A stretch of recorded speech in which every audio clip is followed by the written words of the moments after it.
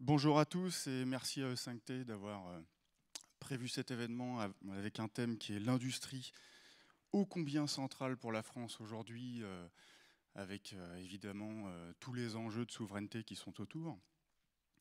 Mais au-delà de ça, le thème que nous allons aborder aujourd'hui, c'est quelle industrie, avec quelles contraintes, puisque évidemment nous vivons dans un monde où nous avons aujourd'hui des informations historiques qui nous arrivent sur notre comment produire. Ce comment produire, c'est-à-dire quels impacts, quel type de production, et puis aussi, bien sûr, quoi consommer, on vient d'en parler largement. Nous avons aujourd'hui avec nous des gens avec des horizons très divers, et puis pour commencer, je vais leur proposer de se présenter, et puis simplement pour parler une seconde de moi et après c'est terminé. Aujourd'hui, je représente donc une association qui s'appelle le Retour de l'industrie en France.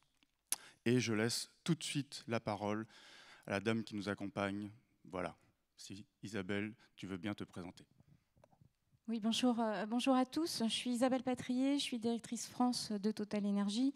Alors, Total Energy, j'ai envie de vous dire, on ne le présente plus, cette entreprise, encore que je pense qu'elle a tellement changé, elle est tellement en transformation qu'aujourd'hui, l'image de ces raffineries et de ces stations-service ne suffirait plus du tout à la présenter, puisque nous sommes devenus électriciens depuis 5 ans et qu'on est en train de se développer évidemment sur une trajectoire zéro émission nette 2050 avec la société, et que ça nous a conduit, et je vais l'expliquer, à avoir des vraies transformations et une vraie stratégie offensive. Je vois là La Rochelle, territoire zéro carbone, et effectivement l'homme à abattre pour nous tous, c'est le mauvais carbone, comme le disait Christian tout à l'heure. Merci beaucoup. Sylvain, est-ce que tu peux te présenter et bien évidemment l'Agropole? Bonjour à tous et à toutes et merci pour l'invitation. Alors moi je suis Sylvain Pinault, je suis directeur général d'Agropole. On est une technopole qui est basée à Agen dans le Lot-et-Garonne, entre Toulouse et Bordeaux. Comme son nom l'indique, Agropole égale agroalimentaire. On existe depuis 30 ans maintenant. On a développé tout un microsystème en fait entrepreneurial qui consiste à faire grandir les porteurs de projets dans l'agroalimentaire vers l'entrepreneuriat et vers la construction de sites industriels. Donc on est très axé dans l'industrie. Pour vous donner un ordre de grandeur, aujourd'hui Agropole représente 3000 salariés sur un site qui fait une soixantaine d'hectares pour un chiffre d'affaires cumulé d'environ 850 millions d'euros. Donc on est un petit groupe par rapport à Total, mais un petit groupe de PME engagés aussi dans la transition, on en parlera juste après. Merci beaucoup. Raphaël? Raphaël Doutrebente, moi je suis président d'Europort, qui est la première entreprise ferroviaire privée de fret ferroviaire. Donc on va parler un peu de fret ferroviaire, c'est loin des assiettes, mais ça va permettre peut-être d'expliquer comment on amène de la matière première chez les particuliers et surtout chez les industriels. Et je suis également président de l'Alliance 4F, qui regroupe l'ensemble des acteurs du fret ferroviaire, dont la SNCF, partie fret ferroviaire. Plus en détail après. Et enfin, monsieur le ministre, si vous voulez bien vous présenter.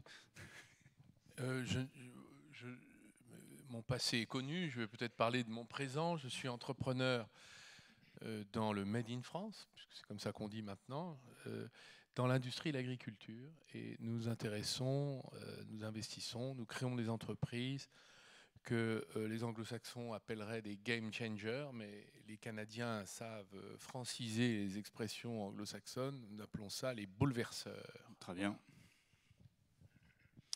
Alors, Arnaud, est-ce que tu pourrais, s'il te plaît, nous faire un panorama aujourd'hui de l'industrie, de ses contraintes, de ce que tu as pu voir justement au cours de toutes les rencontres que tu as fait en France avec les chefs d'entreprise, mais aussi avec les gens qui travaillent dans ces entreprises et bien évidemment les attentes des consommateurs?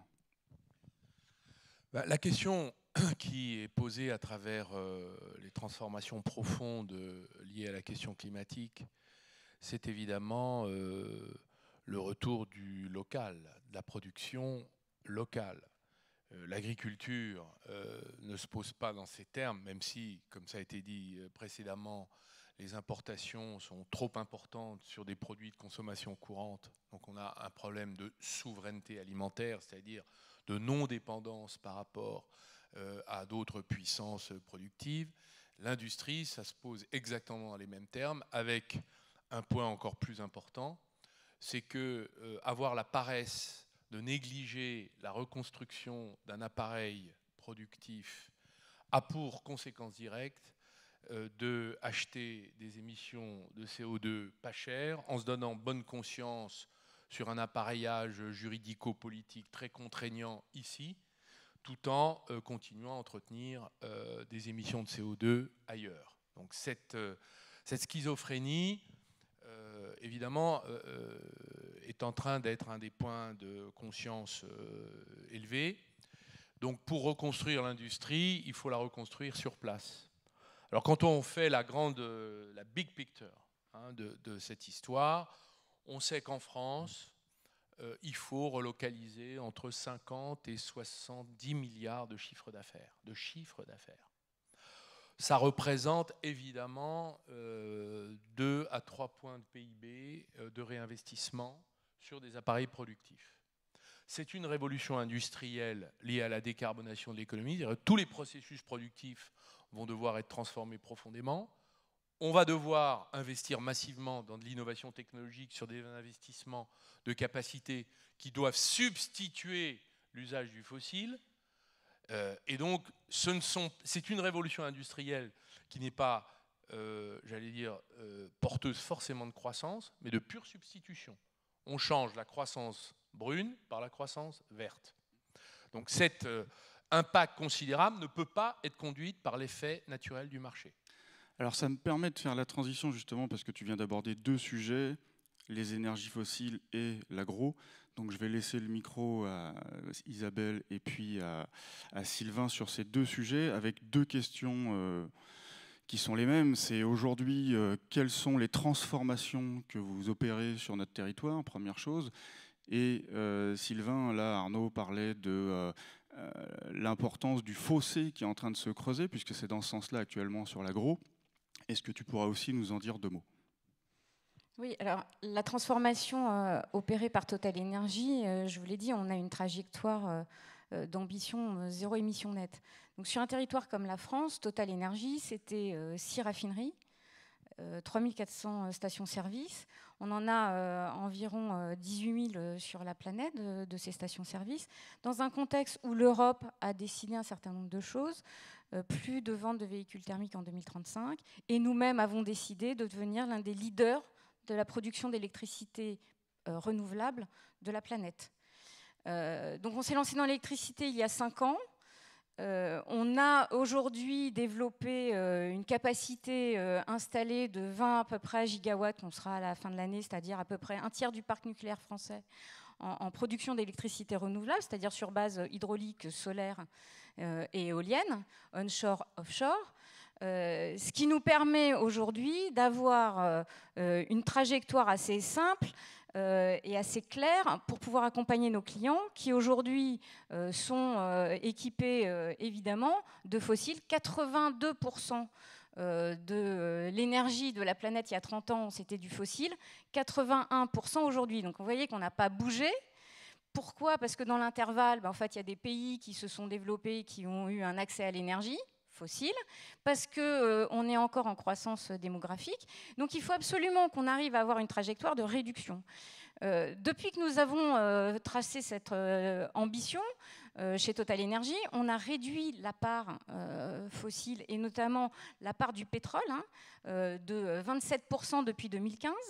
On sera à moins 40% en 2030 sur la part du pétrole dans notre mix énergétique pour augmenter l'électricité, augmenter les gaz et augmenter les gaz pour les décarboner. Et en France notamment, on en parlait à l'instant, relocaliser l'industrie, ça veut dire produire localement. On est devenu le leader de la production de biogaz en France et on a aujourd'hui plus de 500 installations de production d'électricité hydraulique renouvelable, solaire et éolienne sur le territoire français.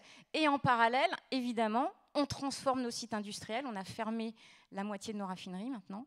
Oui. On a transformé ces sites pour en faire des sites zéro pétrole et c'est en cours. Quand vous regardez le site de Grand Puy, c'était une raffinerie qui avait été inaugurée en 1967.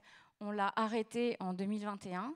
On va mettre 500 millions d'euros pour la transformer en plateforme zéro pétrole. On a inauguré la plus grande ferme solaire sur ce site il y a début juillet. Oui. On l'associe à du stockage parce que l'énergie renouvelable n'est pas continue.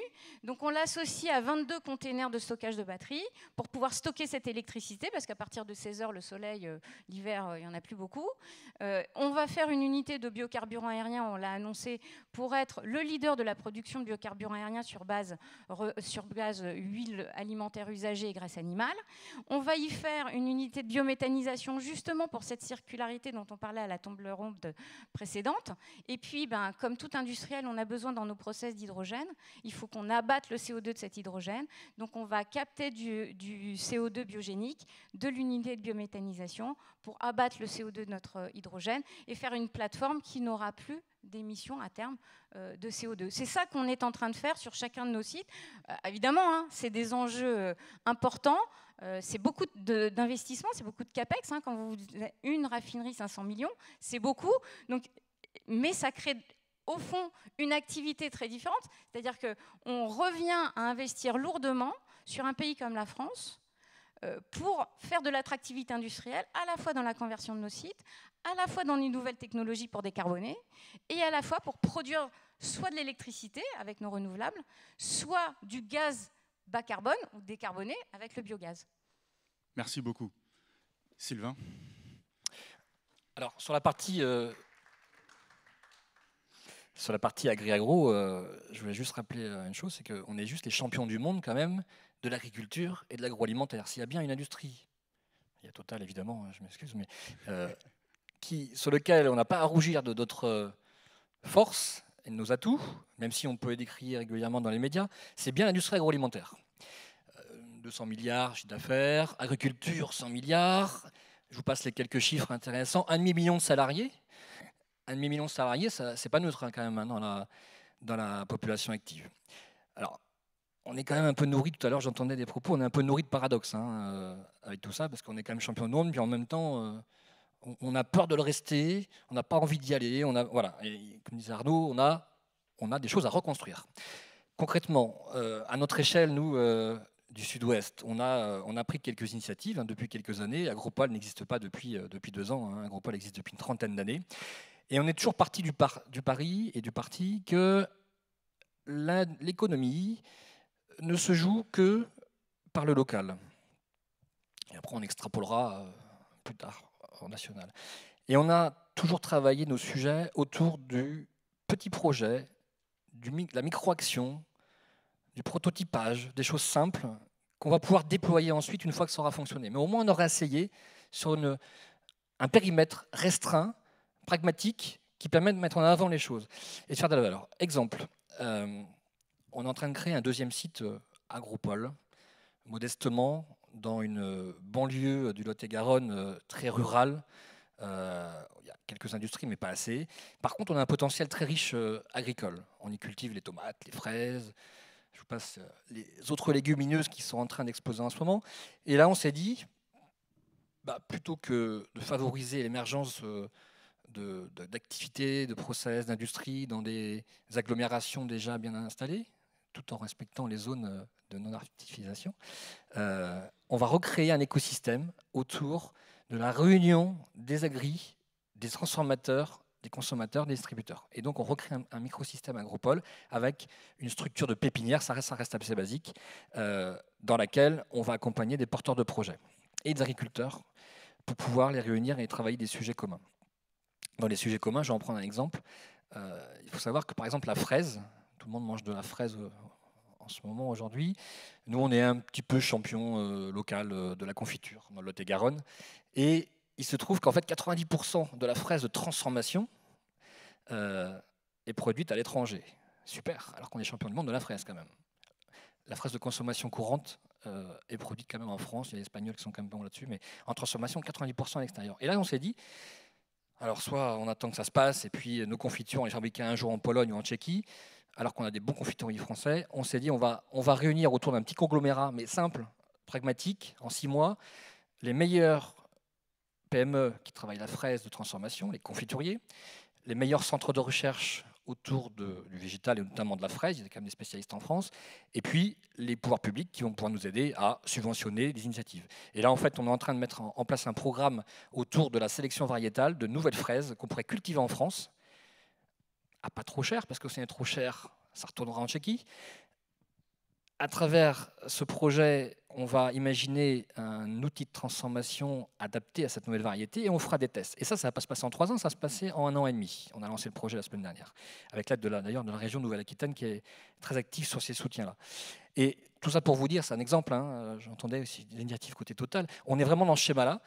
Microscopiquement parlant, il faut qu'on arrive à faire se parler, parce que c'est ça, hein, faire se parler les agriculteurs, les producteurs, ceux qui créent de la valeur sur la terre, les transformateurs, ceux qui créent de la valeur autour du produit, ceux qui vont le packager, ceux qui vont faire en sorte que ça soit conservé, et puis les distributeurs qui vont vendre le produit à des consommateurs. Et pour le coup, l'avantage qu'on a sur ce circuit, c'est cette chaîne de valeur finalement, je voulais en arriver là, cette chaîne de valeur qui a été un petit peu délitée au cours des années, hein, chaîne de valeur qui n'existe plus tellement. On a d'un côté tous ces acteurs-là et peu de travail ensemble malheureusement. On travaille ensemble quand on a les négos, à toutes les interfaces des négos d'ailleurs. Et c'est ça qu'on est en train de créer et surtout faire perdurer dans les prochains mois pour que ça avance plus vite la reconstruction. Alors merci là, pour ce descriptif, ce panorama de ce que fait l'agropole et l'agriculture. Il y a un sujet qui me tient particulièrement à cœur, c'est la méconnaissance d'une manière générale sur la partie transport et la partie bas carbone sur la partie fret. Raphaël, est-ce que, s'il te plaît, tu pourrais nous en dire 2 mots? Parce que produire en France, c'est bien, mais derrière, il faut l'acheminer, et l'enjeu, il est là. Merci Arnaud. Alors, le fret ferroviaire, vous le connaissez un petit peu, sauf que nous tous, on connaît tous le train, parce qu'on utilise le train, du moins je l'espère un maximum pour nous tous, pour le côté bas carbone du train. Et en plus, on a de la chance, c'est qu'en France, l'énergie est plutôt verte à 90% pour alimenter le train. C'est important parce que le débat que l'on a depuis maintenant plusieurs années, on a tous vécu le tout TGV, 30 ans de tout TGV, donc on a laissé de côté des investissements dans le fret ferroviaire et dans les voies ferrées. C'était une politique à l'époque de Guillaume Pepy, et on a laissé décroître la part ferroviaire du fret qui est tombée très basse, puisqu'on est tombé à une époque moins de 10%. On est remonté à 11%. On est plusieurs industriels, parce qu'on accompagne les industriels. Le groupe Total est un gros utilisateur du fret ferroviaire et des différents acteurs du fret ferroviaire. Et c'est important d'avoir à l'esprit pourquoi on ne veut pas opposer le camion au fret, puisqu'on a besoin du camion sur les courtes et moyennes distances, mais la facilité, les prix aussi tirés très bas, le dumping social a fait qu'on a développé le camion pour se substituer au fret et surtout à un réseau qui a été pendant des années avec un gros problème de performance, de fiabilité. On peut avoir des difficultés à se déplacer parfois. Je crois que Isabelle a eu des soucis dans son train hier pour arriver. Je n'y suis pour rien. Si elle avait pris une locomotive Europort, peut-être qu'elle serait arrivée d'ailleurs. On a des trains qui arrivent jusqu'à La Rochelle, exactement. Et puis c'est sympathique, une locomotive de fret. C'est plutôt assez moderne. En plus, voilà. Mais on pourra refaire l'expérience.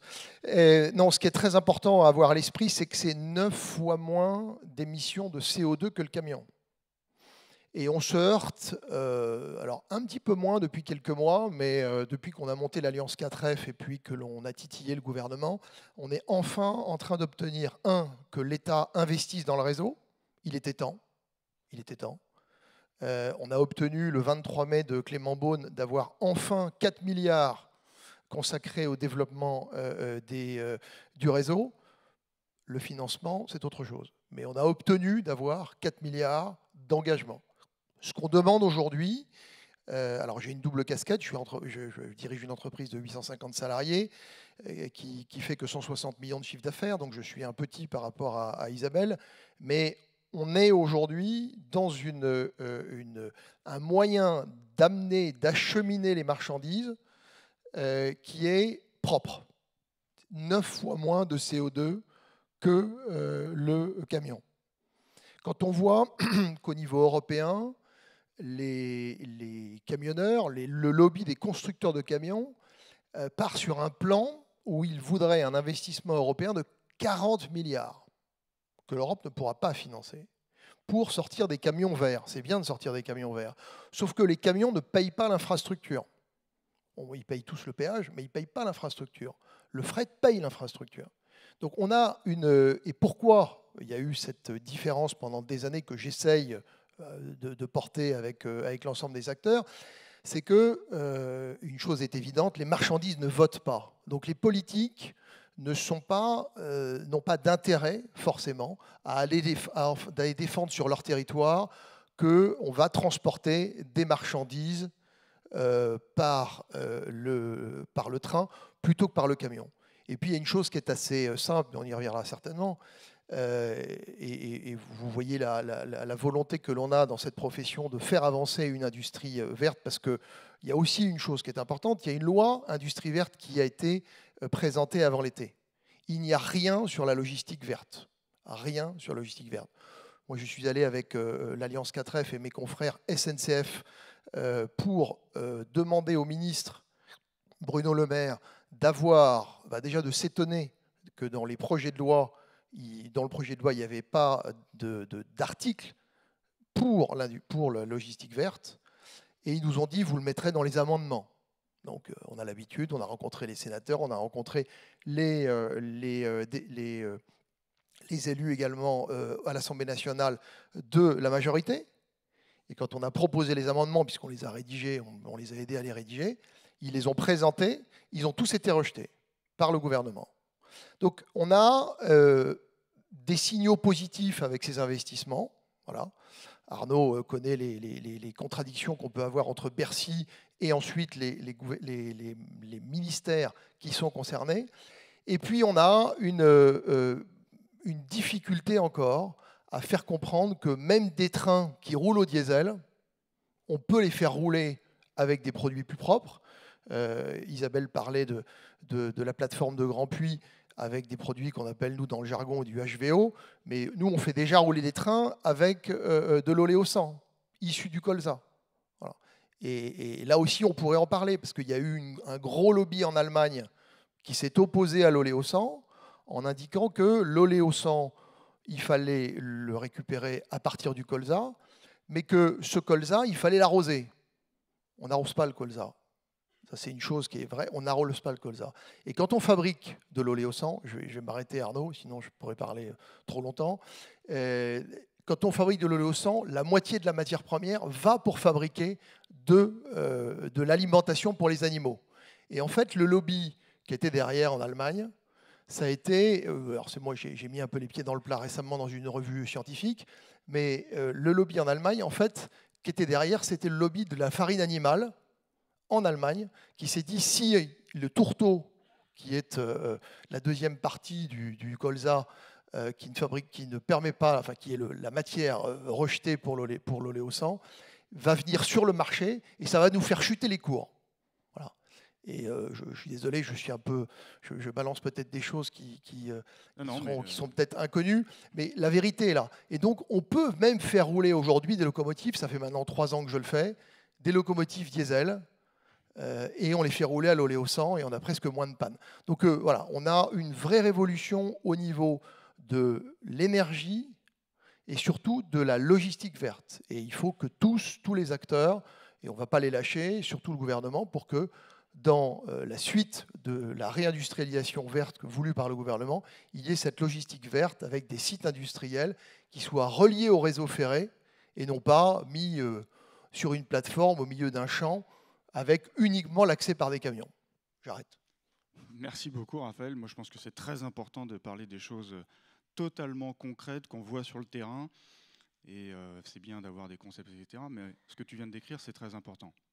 Arnaud, est-ce que tu pourrais, s'il te plaît, reprendre tous ces éléments, parce que évidemment tu as une vue assez large, assez panoramique sur tout ça.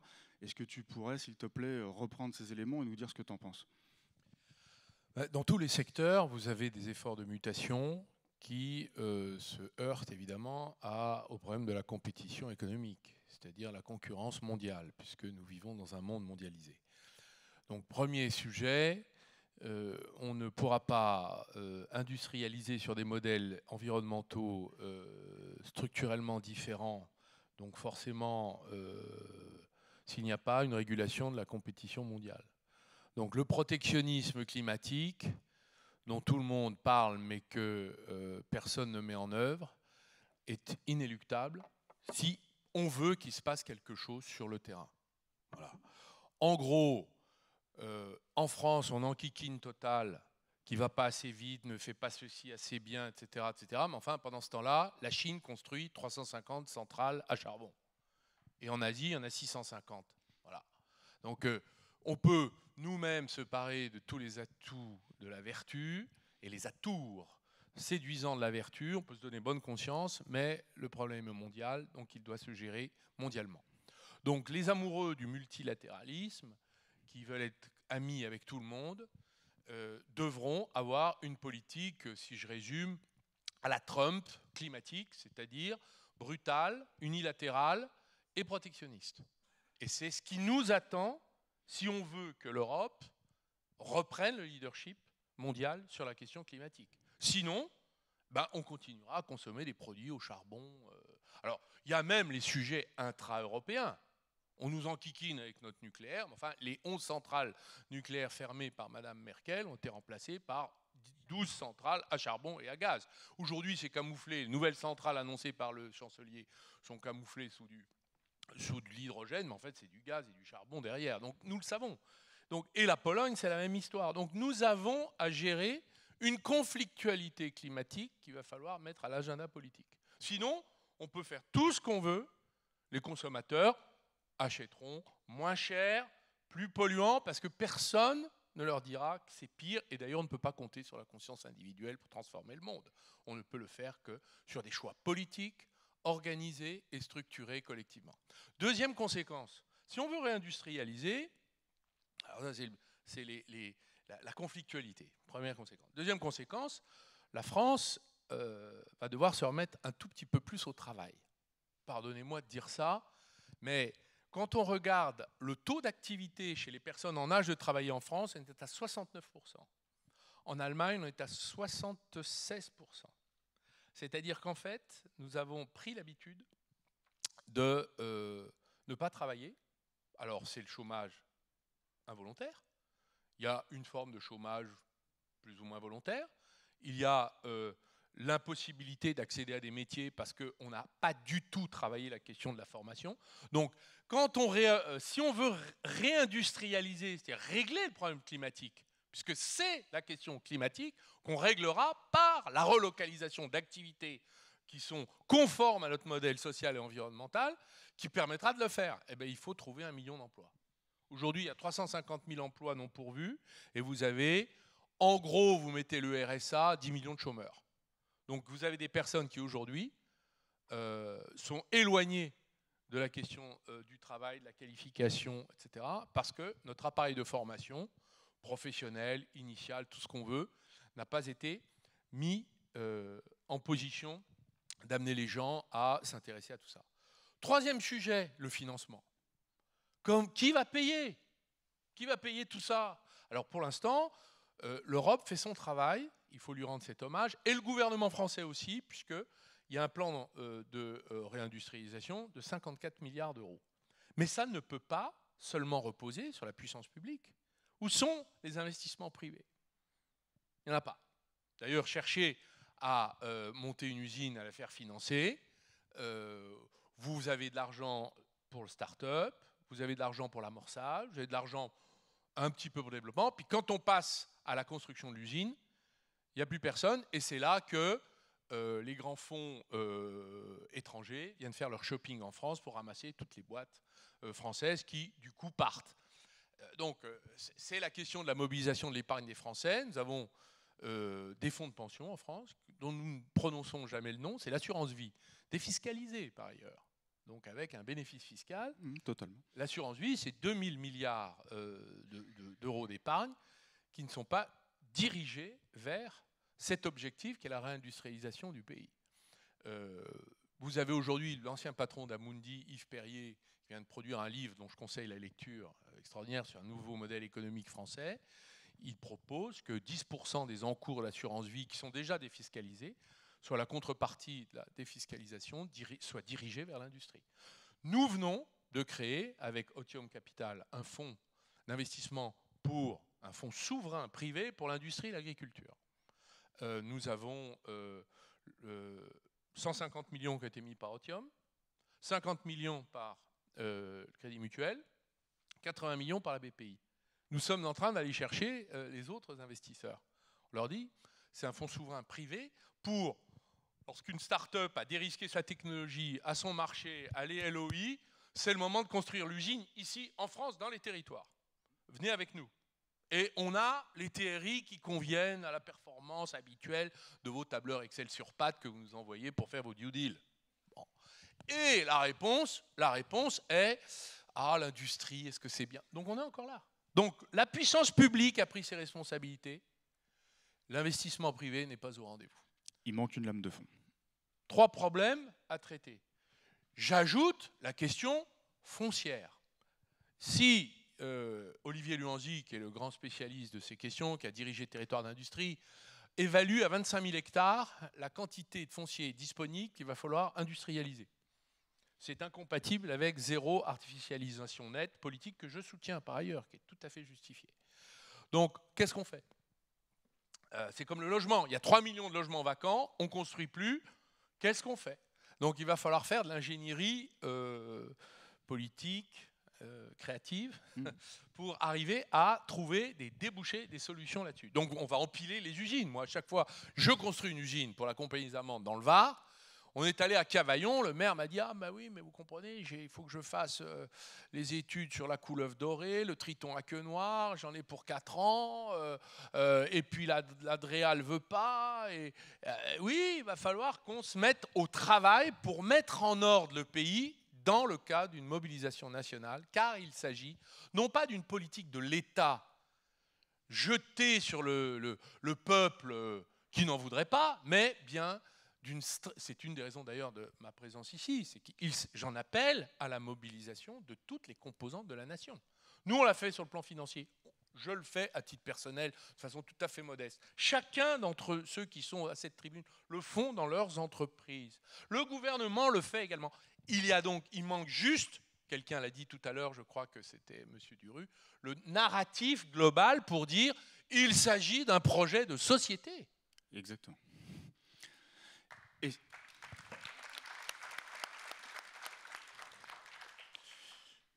Isabelle, on vit dans une société, même si on veut consommer moins, même si on veut consommer mieux, qui est face à des réalités de consommation.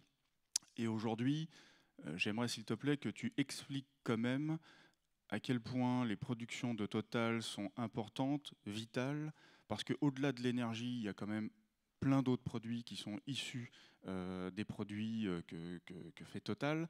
Est-ce que tu pourrais nous en dire un mot et nous dire aujourd'hui en quoi, au-delà de ça, Total investit dans la recherche et développement pour changer ça?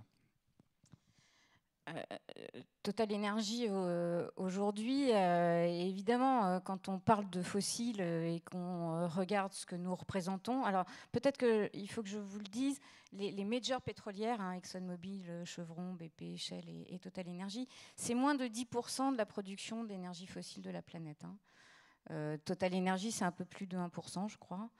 Donc en fait, on ne représente que 10%, et donc ceux qui aujourd'hui portent cette ambition zéro émission nette, c'est d'ailleurs principalement les majors européennes, hein, oui. Avec des trajectoires, et évidemment sur des produits fossiles qui sont aujourd'hui utilisés. Quand vous regardez la planète, 88% du transport, c'est du transport fossile. Donc ce transport fossile, il va falloir le décarboner, l'industrie, il va falloir la décarboner, le plastique, il va falloir le décarboner. Donc évidemment, on se retrouve devant un paradigme important et des challenges à relever. C'est pour ça qu'on est passé de 2 milliards d'euros d'investissement dans les énergies bas carbone en 2020, à 5 milliards d'euros cette année, donc 5 milliards d'euros par an. Ça va nous permettre effectivement d'accompagner cette transformation. Ça veut dire des repositionnements. Ça veut dire que, par exemple, là, quand l'Europe décide d'arrêter la vente des véhicules thermiques en 2035, nous, on vient de vendre tout notre réseau de stations-service européens. Il n'en reste plus que la France. Donc, on n'a plus ni l'Italie, ni le Royaume-Uni, ni l'Allemagne, ni les Pays-Bas, ni la Belgique à la fin de l'année. Parce qu'évidemment, il faut se repositionner avec ces investissements, ces désinvestissements-là. Ça nous permet d'investir, vous l'avez vu cet été, sur l'éolien offshore allemand, sur des programmes de R&D. Alors, il y a deux choses. Je voudrais rebondir sur ce que disait Monsieur le Ministre sur l'attractivité industrielle. Quand vous arrêtez une raffinerie et que vous la reconvertissiez, vous faites... Comme vous dépassez un certain montant d'investissement, c'est en fait pas de l'incitation, c'est de la double peine. Vous devez rentrer dans des concertations, vous devez redéposer des études environnementales sur des sites Céveso seuil haut depuis, je vous l'ai dit, 1967. Donc je ne suis pas certaine qu'il soit passé beaucoup de choses dans l'intervalle, en dehors de l'industrie du raffinage. Vous devez redéposer des autorisations. Vous avez des recours, c'est-à-dire que pendant 4 ans, il ne se passe rien sur votre site. Donc on est sur un temps très long en France. Dans l'intervalle, vous avez des sous-traitants. Ces sous-traitants, il faut les accompagner. Qu'est-ce que vous faites quand vous êtes sous-traitant d'une raffinerie de Total Energy pendant les 4 années pendant lesquelles, en fait, il n'y a plus de raffinerie de Total Energy? Comment est-ce qu'on fait? Donc, évidemment, on va les accompagner et on va aussi accompagner nos collaborateurs qui, pendant ces 4 années, vont devoir se repositionner sur des compétences qui n'étaient pas les leurs au départ. Et pour être tout à fait clair, les accompagner, ça veut dire faire qu'ils ne meurent pas pour qu'ils vous accompagnent demain. Exactement. Donc, ça veut dire accompagner la montée en compétences de nos personnels, de nos collaborateurs sur des nouveaux métiers qui ne sont pas les leurs.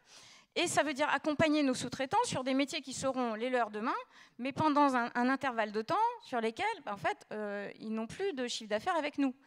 Donc, je le dis parce que le temps de l'industrialisation est très long dans notre pays. Exemple, on parlait de biométhanisation.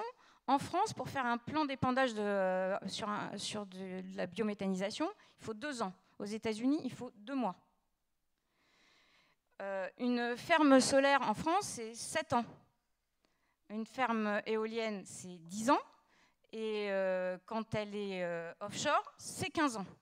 Voilà. Donc aujourd'hui, évidemment, on va très très vite. Et quand dans les 20 gigawatts dont je vous parlais tout à l'heure de production d'électricité renouvelable installée à la fin de l'année, un tiers du parc nucléaire français, c'est beaucoup à l'étranger, en fait. Bien sûr qu'on aimerait aller plus vite en France. Alors ça, c'est le premier point. Sur la R&D, évidemment, quand on regarde les volumes de biomasse qu'il va nous falloir pour décarboner et faire les énergies bas carbone de demain, en fait, ce n'est pas un puits sans fond. Donc, on peut beaucoup mieux faire. Je pense qu'en France, on a des filières de recyclage à monter, des filières d'économie circulaire. On n'est vraiment pas au taquet. Je pense qu'on a une marge de progression énorme. Quoi qu'il en soit, cette marge de progression ne nous permettra pas de compenser tout ce qu'il faut. Donc il faut qu'on investisse lourdement dans la recherche. On investit 1 milliard par an. Sur ce milliard, il y a 60% de ce milliard qui est fléché sur des programmes de recherche sur les énergies bas carbone, sur le recyclage des batteries, parce qu'à un moment donné, il va falloir quand même se poser la question du recyclage de ces batteries, sur le recyclage des plastiques, sur la fabrication des biomolécules. Et quand je vous dis qu'on n'a pas assez de biomasse pour remplacer les biocarburants aériens de demain, les carburants d'aujourd'hui, en fait, il va falloir qu'on trouve ces fameux fuels synthétiques dont beaucoup de personne parle aujourd'hui. C'est un bruit de fond, c'est un bruit de fond qui va devoir devenir une réalité.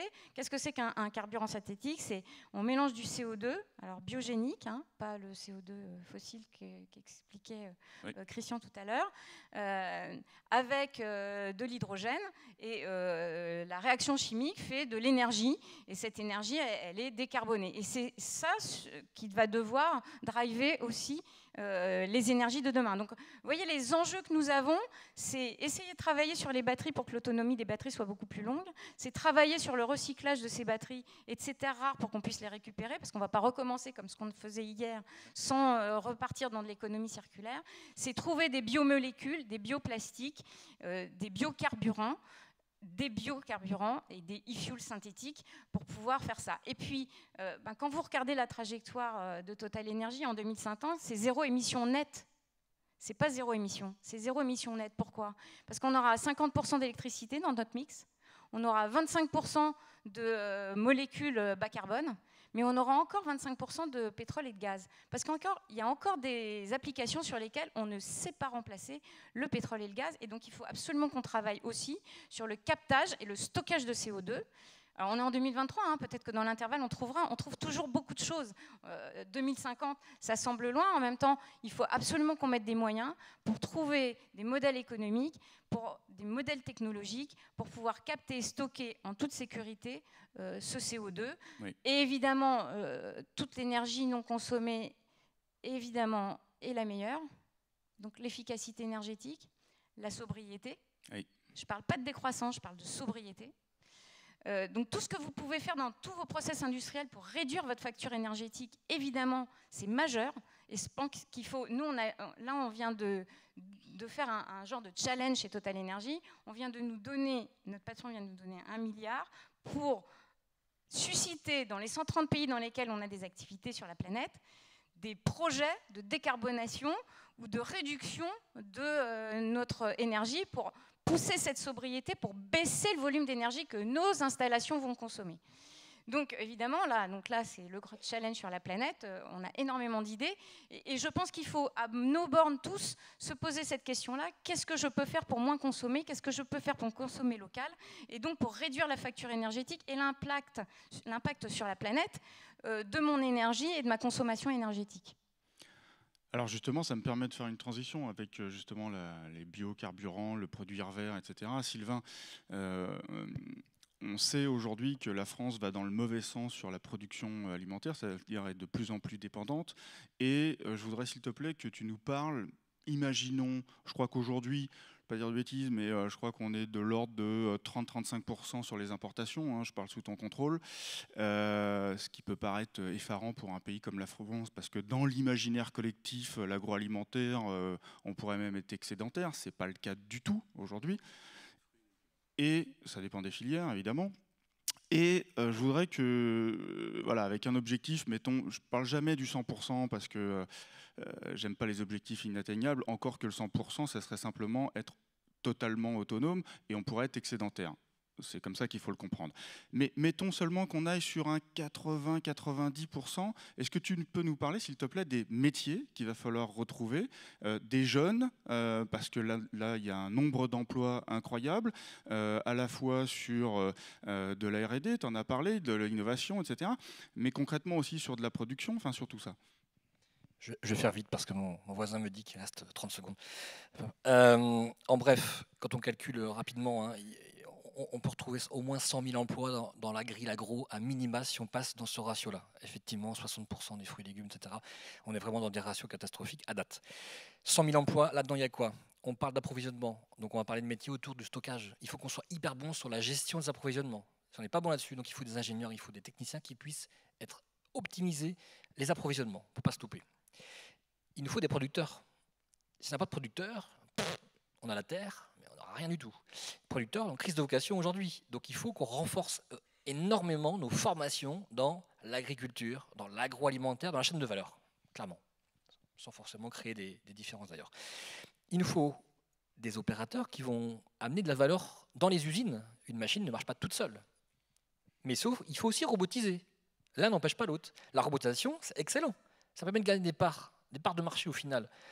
Il faut automatiser, donc il faut des techniciens, il faut de la maintenance, il faut des ingénieurs qui réfléchissent à des process qui vont économiser l'énergie, qui vont amener de la performance à l'outil productif.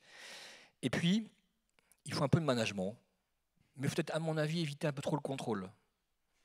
Voilà. Sans oublier peut-être aussi la partie semences, parce qu'aujourd'hui, en France, on est quand même assez dépendant, pour le dire comme ça. Trop dépendant. Voilà. Et on parlait aussi de la partie, on a évidemment, je reviens sur toi Raphaël, sur cette partie transport. Ça c'est un sujet que ton entreprise traite aujourd'hui, la partie agroalimentaire, pas du tout. Est-ce qu'il y a un horizon sur le fret? Comment tu vois les choses? On transporte 70% de céréales aujourd'hui et ces céréales vont vers les ports. Voilà. Donc ce que j'ai envie de dire, c'est, et d'ailleurs le port de La Rochelle, mais je le dis parce que le temps est compté maintenant, maintenant j'ai plus de temps d'ailleurs, mais simplement je le dis à ceux qui sont ici, l'industrie doit utiliser le fret ferroviaire, c'est déjà décarboné, il y a déjà la capacité. Je pense que c'est ça qu'il faut avoir en tête. On utilise déjà une énergie bas carbone, elle existe. On a déjà la capacité de doubler le fret ferroviaire à horizon 2030. Donc il faut que nous tous, notre conscience collective nous aide à pousser les politiques à penser fret ferroviaire et à ne pas se dire fret ferroviaire, c'est fret SNCF et c'est des grèves. C'est faux. Voilà, il y a eu des grèves, mais il faut arrêter de penser que le ferroviaire, c'est aussi des pannes avec un ministre qui se retrouve avec la chemise mouillée le long d'un TGV et qui fait en fait peut-être pas forcément du bien par cette image-là en disant que ça ne marche pas. Si, le fret fonctionne, le ferroviaire fonctionne, et je pense que c'est le moyen aujourd'hui de décarboner et d'éviter d'avoir des camions qui sont avec une pollution sonore et surtout une pollution de CO2 trop importante pour notre pays. Merci à tout le monde. On est parfaitement à l'heure, donc je tiens à vous remercier. Merci à tout le monde et merci à E5T.